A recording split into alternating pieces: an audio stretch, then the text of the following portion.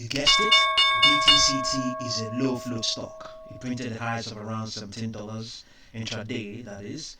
In the regular session of today, the 12th of November 2024, it's pulling back and has since pulled back from those highs, And because of that volatility expansion, we expect it to come back into this price channel. Like I mentioned earlier on, it's a low float stock. Has now gained around $7 from the lows of around $3, $2 and some fraction. It closed out yesterday. Yesterday the 11th, that it was actually rallying, was showing a lot of strength. This is its one-day chart. We're not seeing any upper projections here. We're seeing rather we have downward projections. We have a downward projection of all the way back to where it was yesterday, all the way back to $2.7. There isn't any special news out there. I don't think. It may just have been pumped up. They're probably going to. Who knows? They might take advantage of this pump and raise some funds later on. I really can't say. But I've not found any news. We have not really found any news ourselves. Let's see. BTCT shares shot up 39% after gaining around 36% yesterday. Nothing really out there. It's just probably a case of pumping. But in any case, let's have a look at its 45. Let's have a look at its 4-hour chart here. It's pulling back. Okay, there's an indication that the contraction is coming, is in effect.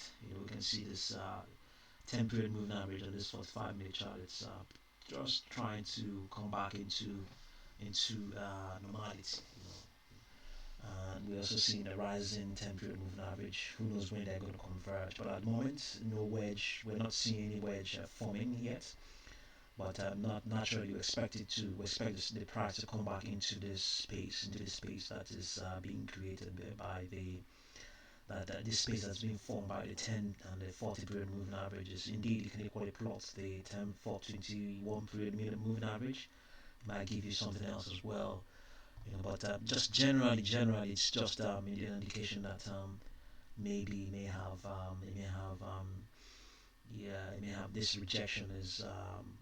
For now, in the short time, is going to hold, 11.17. In the intraday, of course, you obviously, as you can see, we have $17 here on this 4-hour chart. It didn't print on this trading view charts.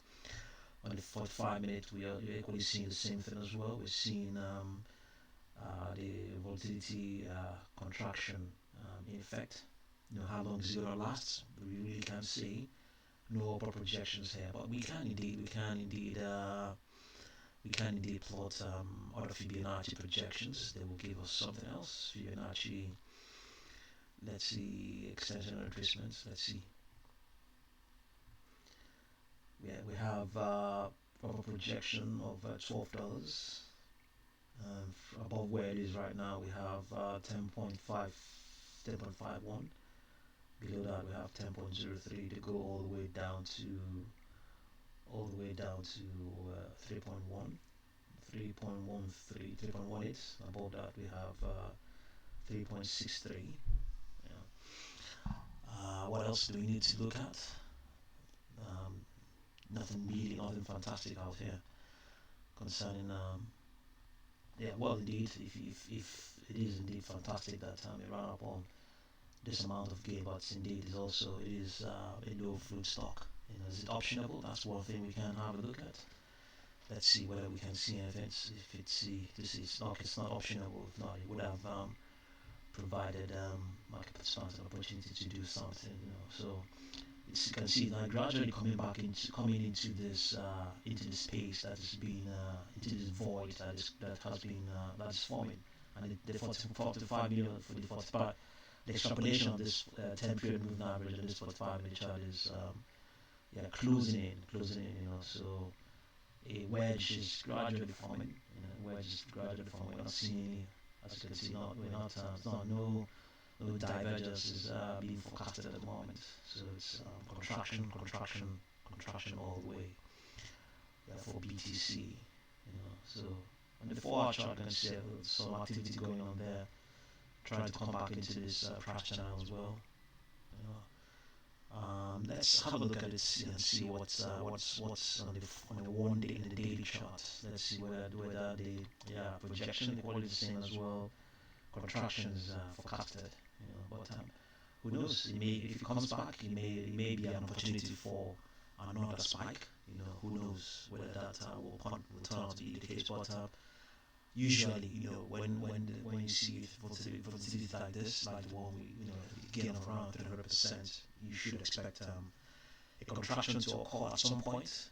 It could be sooner, it could be later, but if the contraction occurs, then it might, if anything, there might still be an opportunity of another spike. But usually before another or usually